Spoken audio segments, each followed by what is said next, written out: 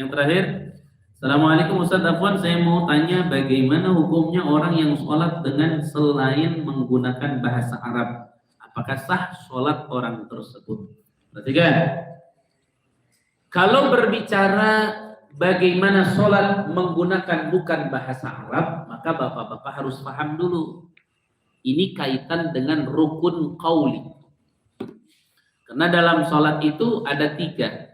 Ada rukun qalbi, itu niat. Ada rukun qauli, ucapan. Rukun ucapan cuma 5. Takbiratul ihram, Fatihah, tasyahud, sholawat, sama salam. Ini mesti rapi dulu ke situ. Sisanya rukun fi'li, sujud, ruku', berdiri, tumanina, duduk antara 2 sujud, itu rukun fi'li, pekerjaan. Qauli, ucapan. Berarti yang ucapan itu cuma 5. Takbir, Fatihah, tasyahud, as-salah ala nabi, salawat, salam. Berarti yang ditanyakan, kalau 5 ini pakai bahasa Indonesia bagaimana? Kita orang Indonesia aja dah. Atau kalau lebih umumnya pakai bahasa selain bahasa Arab, bagaimana hukumnya? Maka hukumnya sudah diperjelas, itu tidak boleh dan tidak sah. Kenapa demikian? Perhatikan, ketika Anda membaca Al-Fatihah yang diperintahkan oleh Allah, Al-Fatihah itu udah bahasa Arab. Ketika Anda diperintahkan membaca takbir, dalam syarat membaca takbir, kata ulama, ayyakuna bil arabiyyah, harus menggunakan bahasa Arab. Maka ketika dia menggunakan bahasa selain bahasa Arab, tidak sah sholatnya. Kecuali kalau orang benar-benar baru masuk Islam, nggak ngerti apa-apa.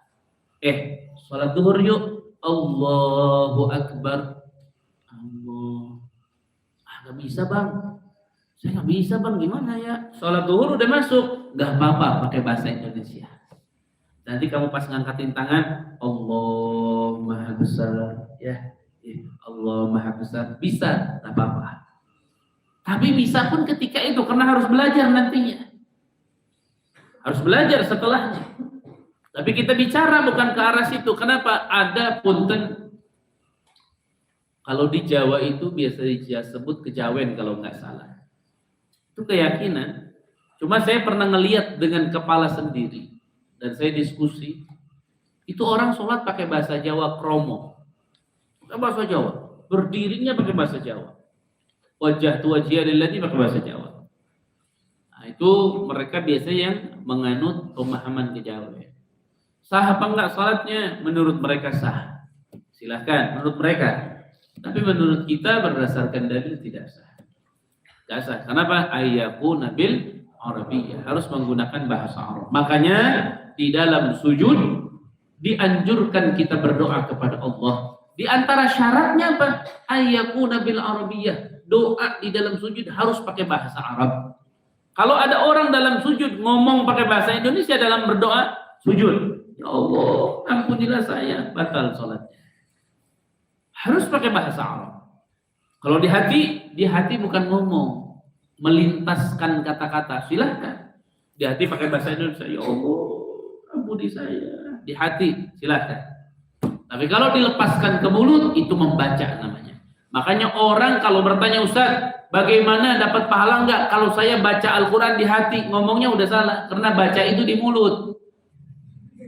Baca Quran di hati, nggak bisa. Melintaskan Quran di hati. Baca tuh di sini.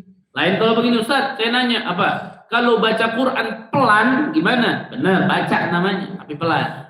Baca Quran keras, baca Quran di hati, salah. Di hati itu bukan membaca, melintaskan. Ada pahala? Ada tetap. Tapi tidak mendapatkan pahala membaca, karena nggak membaca. Pahala apa? Melintaskan Al-Quran.